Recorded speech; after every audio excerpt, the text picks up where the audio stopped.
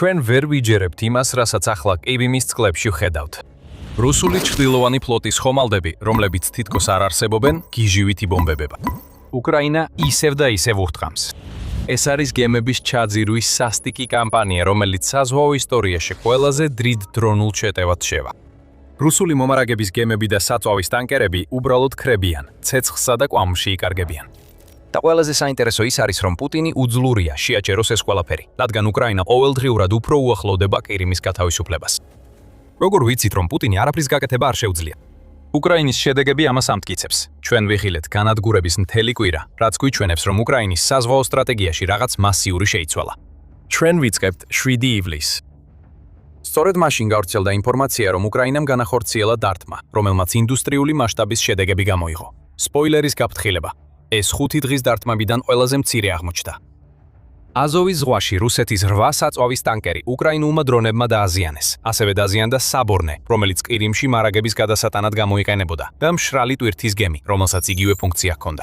ჩრდილოვანი ფლოტი ტოვებს ტერიტორიას. უკრაინის უპილოტო სისტემების ძალების მეთაურმა რობერტ ბროუდიმ ტელეგრამზე დაწერა და დაამატა. აზოვის ზღვაში ყირიმისთვის საწვავის ბრძოლა გრძელდება. ეს მიანიშნებს თუ რატომ აკეთებს ამას უკრაინა. ყირიმის ნახევარკუნძულის იზოლაცია არის მიზანი. მას შემდეგ, რაც სახმელეთო გზები გადაკეტილია, უკრაინა ახლა საზღვაო გადაზიდვებზე ამახვილებს ყურადღებას. თუ ეს ერთჯერადი დარტყმა იქნებოდა, ეს მაინც უზარმაზარი იქნებოდა უკრაინისთვის. ეს დარტყმა არა მხოლოდ გაამწვავებდა საწვავის კრიზისს ყირიმში, რომელიც იმდენად ღრმად გავრცელდა, რომ რუს ჯარისკაცებსაც კი ეუბნებიან, რომ მანქანის დაქოქვა მხოლოდ საბრძოლო მისიის შემთხვევაში შეუძლიათ, არამედ ამ დარტყმამ გზავნილი გააგზავნა. უკრაინის დრონებს შეუძლიათ როგორც აზოვის ზღვამდე მიღწევა, ასევე დარტყმების განხორციელება პირდაპირ ქერჩის ხიდთან, რომელიც 100,000-ობით რუსი ოკუპანტისთვის ყირიმიდან ერთადერთი გასასვლელია, მაგრამ უკრაინას კიდევ მეტი ჰქონდა სათადარიგოდ. მრავალი სხვა რამ. მაგიის ოსტატივით, უკრაინა აზოვის ზღვაში რუსული ჩრდილოვანი ფლოტის გემებს უჩინარს ხდის. 8 ივლისს ახალი ანგარიში გამოქვეყნდა. ამჯერად აზოვის ზღვაში 9 ტანკერი დააზიანეს, როგორც ბროუდიმ განაცხადა, რაც უკრაინისთვის 2 დღის განმავლობაში უკვე 17 ტანკერის განადგურებას ნიშნავს. მზად ხართ? ნახოთ შემდეგი ჩრდილოვანი დაპირისპირება. ირონიულად იკითხა ბროუდიმ ტელეგრამის პოსტში, რომლითაც დარტყმების დღეს აღნიშნავდა. მზად ხართ? პუტინი ამას უკვე ხედავს. მას აიძულებენ უყუროს, როგორ იწვის საწვავის ტანკერები და როგორ ჩანს, მისი ყირიმის საჰაერო თავდაცვა სრულიად უუნაროა რაიმე გააკეთოს ამის წინააღმდეგ.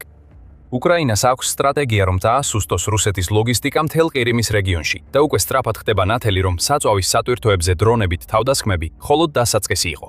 ეხლა ტანკერებიც ჩაერთნეს საქმეში. ამ ეტაპზე რუსეთს შეიძლება 1 დღის დასვენება ესურვა. თუ ასე იყო, უკრაინა არ აპირებდა მისთვის დასვენების საშუალებას მიეცა. 9 ივლისს New Voice of Ukraine-მა განაცხადა, რომ უკრაინამ ღამით კიდევ ერთი შეტევა განახორციელა, რომლის სამიზნე ამჯერად რუსეთის ჩრდილოვანი ფლოტის 12 ნავთობის ტანკერი, მშრალი ტვირთის გემი და ბუქსირი იყო. პირდაპირ რომ ვთქვათ, ამ ეტაპზე უკვე ანგარიშს ვეღარ ვაწარმოებთ და რუსეთის ნავთობის პრობლემების გასამძაფრებლად უკრაინამ ამ ღამით ასევე შეუტია იუგროსის ნავთობის ტერმინალს ბატაისკში, რომელიც რუსეთის როსტოვის ოლქში მდებარეობს. ეს ტერმინალი რუსეთის საწვავის ექსპორტის მომარაგების ჯაჭვის ნაწილია და ასევე აწვდის საწვავს რუსეთის ოკუპანტებს, რომლებიც უკრაინის სამხრეთ მიმართულებით მოქმედებენ. ასე რომ უკრაინა მხოლოდ ჩრდილოვანი ფლოტის გემებს არ უტევს, არამედ რუსეთის საწვავის წყაროსაც ანადგურებს. თუმცა კიდევ ბევრად მეტი გემი იყო მოსალოდნელი. 10 ივლისს კიდევ ერთი დარტყმების სერია განხორციელდა, რომელმაც მწყობრიდან გამოიყვანა ჩრდილოვანი ფლოტის გემები, რომლებიც ტექნიკურად არ უნდა არსებობდნენ. 10 ივლისს კიდევ ერთი ესკალაცია მოხდა, როდესაც უკრაინის დრონებმა ჩრდილოვანი ფლოტის 13 გემს დაარტყეს. როგორც პატარა ბონუსი, ამ დრონებმა ასევე შეაღწიეს ყირიმის მატერიკზე, სადაც მათ მწყობრიდან გამოიყვანეს 5 ელექტროქვესადგური, რომლებიც რუსეთს სჭირდება ნახევარკუნძულზე ელექტროენერგიის მიწოდებისთვის. ყოველი გამორთული ქვესადგური იწვევს ელექტროენერგიის გათიშვებსა და გადამისამართებებს. მაგრამ მთავარი ამბავი აქ ხომალდებია. 10 ნავთობის ტანკერი, 1 ბორანი, 1 მშრალი ტვირთმზიდი და 1 საზღვაო ბუქსი უკრაინის დრონებმა დაარტყეს. ამ დროისთვის უკვე ნათელი იყო, რომ უკრაინამ დაგეგმა კოორდინირებული შეტევა, რომელიც მრავალფენიანი და ბრწყინვალეა.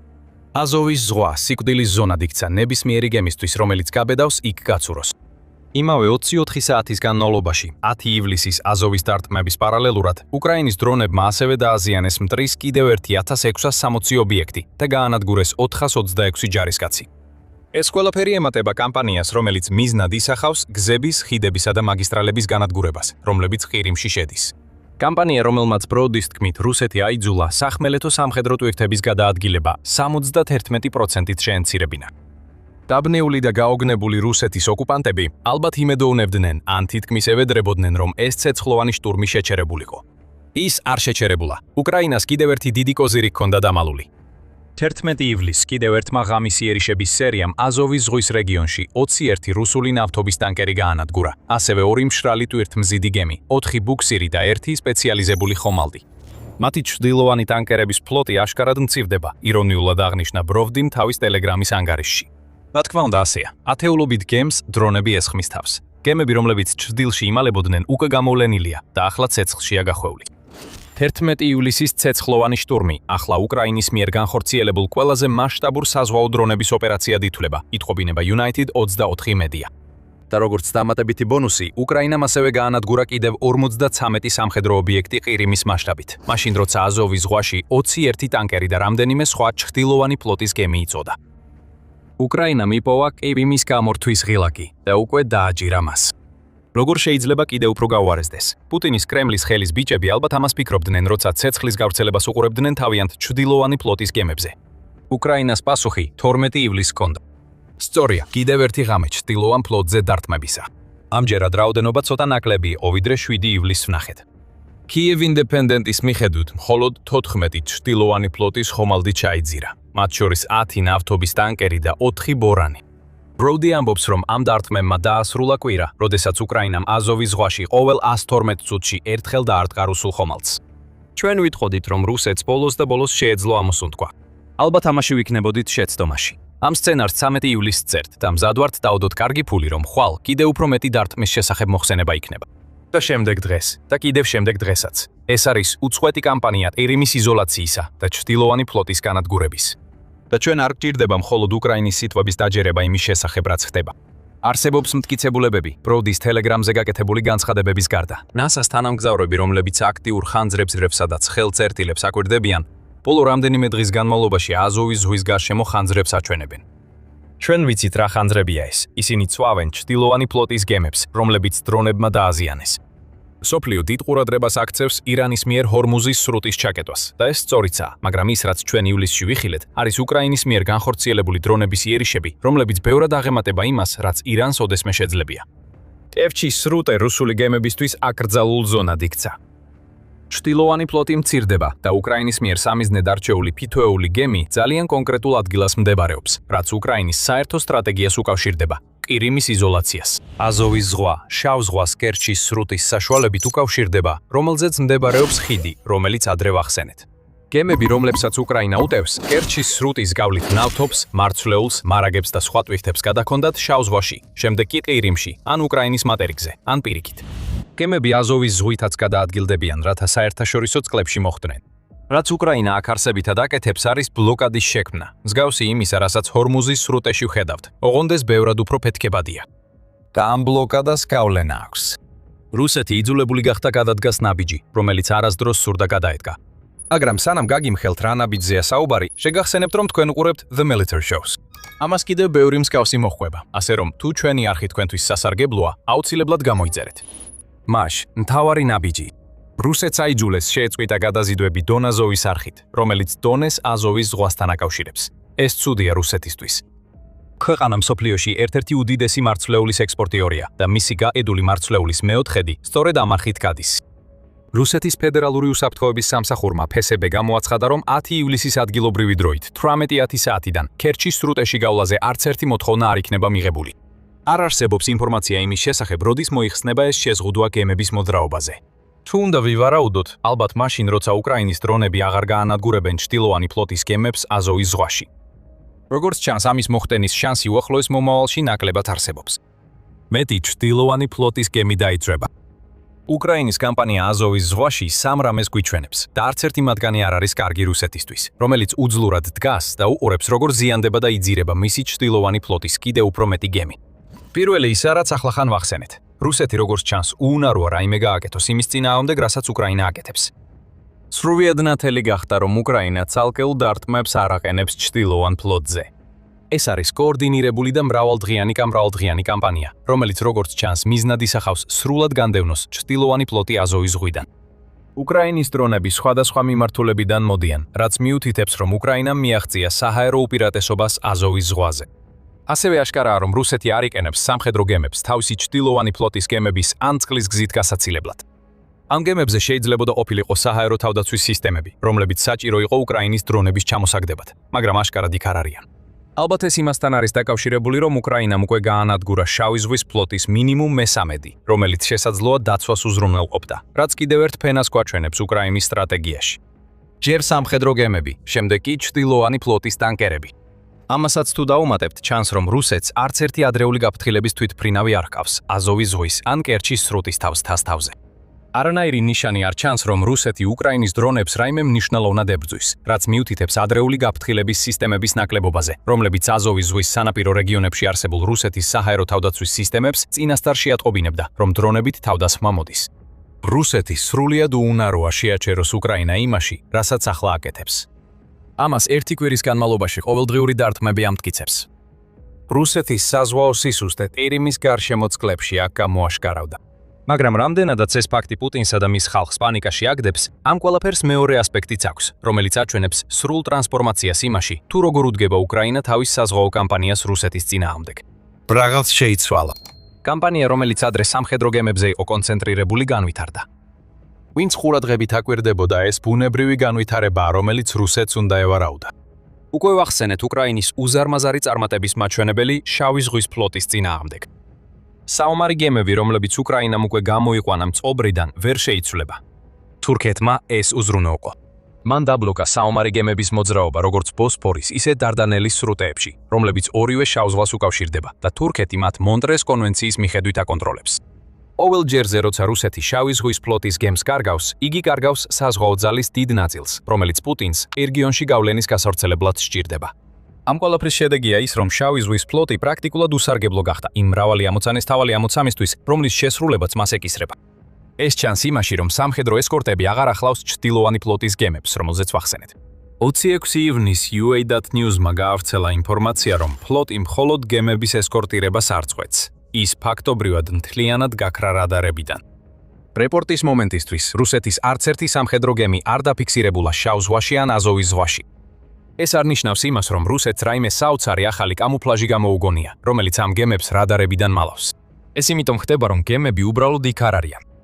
რუსეთს ძალიან ეშინია თავისი სამხედრო გემების გამოყენება იმ ზღვებში, სადაც ეს გემები უნდა ბატონობდნენ, რადგან იცის, რომ უკრაინის დრონები და რაკეტები ყოველთვის მზად არიან დარტყმისთვის. უკრაინის პრეზიდენტმა ვოლოდიმირ ზელენსკიმ კარგად იცის, რამდენად ცუდად წარუმართლა რუსეთს. რუსეთმა შავი ზღვა დაკარგა, განაცხადა ზელენსკიმ 5 ივლისს. არა შემთხვევით, სწორედ ამ დროს დაიწყო უკრაინის დრონებმა თავდასხმები ჩრდილოვანი ფლოტის ხომალდებზე, რომლებიც ახლა ათეულობით ზიანდებიან აზოვის ზღვაში. უკრაინის კამპანია ყირიმის გარშემო წყლებში განვითარდა. როდესაც შავი ზღვის ფლოტი აღარ წარმოადგენს ფაქტორს, უკრაინას შეუძლია თავისუფლად დაუმიზნოს თავისი დრონები დაუცველ ჩრდილოვანი ფლოტის ხომალდებს. ეს განვითარება შეიძლება იყოს პასუხი იმაზე, რასაც რუსეთი ცდილობდა აზოვის ზღვაში უკრაინის თავდასხმებამდე ცოტა ხნით ადრე. კიევ-პოსტის ცნობით საზღვაო სადაზვერვო მონაცემებმა აჩვენა, რომ 20 ივნისიდან 11 ივლისამდე აზოვის ზღვაში აქტიური ავტომატური იდენტიფიკაციის სისტემით სარგებლობადი ხომალდების რაოდენობა 55%-ით შემცირდა. ეს სისტემა ყველა მხარეს საშუალებას აძლევს გემების იდენტიფიცირებას, ხოლო ჩრდილოვანი ფლოტის ხომალდები მას თიშავენ, რათა მათი გადაადგილება ვერ იქნას თვალყურისდევნების ობიექტი. მოკლედ რომ ვთქვათ, რუსეთი აზოვის ზღვას თავის ჩრდილოვანი ფლოტისთვის თავშესაფრად აქცევდა. უკრაინამ ამას ბოლო მოუღო. და ამით მან გვაჩვენა მესამე რამ, რასაც უკრაინის აზოვის ზღვის კამპანია გვასწავლის. ყივიმის იზოლაციის კამპანია გამწვავდა, რადგან დაიწყო ახალი ფაზა რუსეთის მომარაგების მარშრუტების გადაკეტვის. უკვე რამდენიმე თვეა ვხედავთ ამ იზოლაციის სტრატეგიას მოქმედებაში. ის დაიწყო გზებით, ხიდებითა და ტრანსპორტით, რომლებზეც რუსეთი ეყრდნობოდა საწვავისა და მარაგების მიწოდებისთვის ყირიმში სახმელეთო გზით. რორას 80 ავტომაგისტრალი, რომელიც რუსეთს, ოკუპირებულ სამხრეთ უკრაინასა და ყირიმს აკავშირებს, სამიზნე გახდა ჯერ კიდევ აპრილში, როდესაც უკრაინის საშუალო დარტყმის დრონებმა თავიანთი კვალი დატოვეს ასობით დამწვარი მომარაგების მანქანის სახით გზაზე. მას შემდეგ უკრაინამ არაერთი დარტყმა განახორციელა ოკუპირებულ ტერიტორიებზე არსებულ ხიდებზე, რომლებიც რუსეთს სახმელეთო გზებით ყირიმის საწვავითა და მარაგებით მომარაგებაში ეხმარება. შედეგად ნახევარკუნძულზე საწვავის მასიური დეფიციტი შეიქმნა, რაც მოსახლეობას აიძულებს საათობით რიგში იდგეს, რათა მხოლოდ მცირე რაოდენობის ნორმირებული საწვავი მიიღოს. ასევე ხდება დარტყმები უშუალოდ ყირიმში, მაგალითად, ელექტროქვესადგურებზე თავდასხმები, რომელთა შესახებაც ადრე ვახსენეთ. მიზანია ყირიმში რუსეთის ოკუპანტებისთვის ცხოვრება ჯოჯოხეთად იქცეს. ოკუპანტებზე პირდაპირი თავდასხმის, როგორც ომის დანაშაულის ჩადენის გარეშე. უკრაინას სურს, რომ ეს ოკუპანტები გაიქცნენ, კევიმი დატოვონ, ქერჩის ხიდით, რომელსაც უკრაინა განზრახ ტოვებს დაუზიანებლად, რადგან ეს მასობრივი გაქცევა პუტინის განცხადებებისთვის, თითქოს ის რუსეთის დიდი დამცველია, სერიოზული დარტყმა იქნება. უკრაინის სახმელეთო დარტყმებმა უკვე გამოიწვია საწვავის დეფიციტი ნახევარკუნძულზე. ეხლა უკრაინა ესხმის თავს ჩრდილოვანი ფლოტის საწვავისა და ნავთობის ტანკერებს, რომლებიც კრიმში უნდა შესულიყვნენ ამ კრიზისის შესამსუბუქებლად. გაითვალისწინეთ, რომ ეს ყველაფერი ხდება მაშინ, როცა უკრაინა აგრძელებს რუსეთის ნავთობგადამამუშავებელ საწარმოებზე თავდასხმას, რის შედეგადაც RBC უკრაინის ინფორმაციით, რუსეთის გადამუშავების სინძლავრის დაახლოებით 40% გაჩერდა. ეს კი საწვავის კრიზისს იწვევს, რომელიც უკვე რუსეთის მთელ ტერიტორიაზეა გავრცელებული და ამჟამად დაახლოებით 50 მილიონ ადამიანს ეხება. შეუძლებელია გადაჭარბებით შეფასდეს, რამდენად დამამცირებელია ეს პუტინისთვის. მან ყირიმი რუსეთის რივიერად წარმოაჩინა, როგორც მთავარი ტურისტული მიმართულება მთელი რუსეთისთვის და სიმბოლოდ იმისა, თითქოს რუსეთს უკრაინაზე ძალაუფლება აქვს. მაგრამ ეს რივიერა ბრძოლის ველად იქცა. ნებისმიერი ტურისტი, რომელიც ყირიმში ჩასვლას გაბედავს, საწვავის დეფიციტს შეხვდება. მუდმივ ელექტროენერგიის გათიშვებს გადაიტანს და შესაძლოა სანაპიროდანაც კი დაინახოს, როგორ იწვის გემები აზოვის ზღვაში. ისინი გაუჩერებელ საჰაერო განგაში სირენებს მოისმენენ და შეშინდებიან ღამით აფეთქებების ხმაზე, როცა კიდევ უფრო მეტი უკრაინული დრონი დაეშვება ნახევარკუნძულზე, რომელსაც პუტინი ვეღარ იცავს. ეს კლასიკური ბლოკადაა, რომელიც სრულიად ახალი მეთოდით ტარდება. უკრაინას არ სჭირდება საბრძოლო გემები წყლებში ან საკონტროლო გამშვები პუნქტები ხმელეთზე, რომ რუსული ლოგისტიკა ყირიმს აღარ ემსახუროს. მას უბრალოდ დრონები სჭირდება, ასობით დრონი, რომლებიც ყველაფერს ესხმიან თავს, რაც ყირიმს სიცოცხლეს უნარჩუნებს. და ამ ბრწყინვალე სტრატეგიით უკრაინამ შეუძლებელი შესაძლებლად აქცია. ყივიმის გათავისუფლება, რასაც 2014 წელს, როდესაც რუსეთმა ნახევარკუნძული უკანონოდ მიიერთა, ვერავინ წარმოიდგენდა, ახლა უკვე მიმდინარეობს. ეხლა რუსეთს წინ უმნიშვნელოვანესი თვეები ელის. როდესაც ყირიმი იზოლირებულია, უკრაინის სამხრეთში, განსაკუთრებით ოკუპირებულ ხერსონსა და ზაპოროჟიეში, მზადებები მიმდინარეობს, იუწყება გაერო. უკრაინას ამ რეგიონების გათავისუფლება სჭირდება, თუ სურს ყირიმის დასაბრუნებლად მასშტაბური ამფიბიური ოპერაცია ჩაატაროს. იზოლაციის სტრატეგია სწორედ ამას ემსახურება. ამჟამად რუსეთის სამხრეთის სამხედრო დაჯგუფებაში 125,000 ჯარისკაცია. ყველა მათგანს სჭირდება საწვავი, საბრძოლო მასალა და აღჭურვილობა, ხოლო ლოგისტიკური მარშრუტები, რომელსაც უკრაინა ურტყამს, სწორედ ამ აუცილებელ რესურსებს აწვდის. ეს 125,000 ჯარისკაცი იზოლირებულია ზუსტად ისე, როგორც ყირიმის ოკუპანტები. ნელ-ნელა, მაგრამ აუცილებლად, ყველა დომინო ეცემა და როცა უკრაინა დაასრულებს თავის საქმეს, პირობები იდეალური იქნება ყირიმის გათავისუფლებისთვის, რასაც არავინ ელოდა. აზოვის ზღვაში ათობით ჩრდილოვანი ფლოტის გემი რომ იწვის, ეს საბოლოო მიზანი არ არის. ეს კიდევ ერთი ნაბიჯია ბრწყინვალე კამპანიაში, რომლის შეჩერებაც პუტინს არ შეუძლია. მაგრამ სანამ ეს კამპანია გრძელდება, ყირიმში 1,5 მილიონი რუსი ოკუპანტია, რომლებიც ყველაზე ღრმა სინანულს განიცდიან. ისინი არასდროს უნდა გადასულიყვნენ ნახევარკუნძულზე. უკრაინამ ახლა აჩვენა მათ რატომ და ამას უკვე თვეები აჩვენებს. დაახლოებით ერთი თვით ადრე, სანამ ჩრდილოვანი ფლოტი აზოვის ზღვაში განადგურდებოდა, უკრაინამ ასევე გაანადგურა რუსეთის ყირიმის მომარაგების ქსელში ყველაზე მნიშვნელოვანი ხიდი. ყველაფერს, რაც მოხდა, შეგიძლიათ გაეცნოთ ჩვენი ვიდეოს ყურებით. თუ მოგეწონათ ეს ვიდეო, გამოიწერეთ არხი და დააწკაპუნეთ შეტყობინების ზარზე, რომ არ გამოგრჩეთ The Military Show და ჩვენს მიმოხილვებს პუტინის ყირიმის კატასტროფაზე. და მადლობა როგორც ყოველთვის, რომ უყურეთ.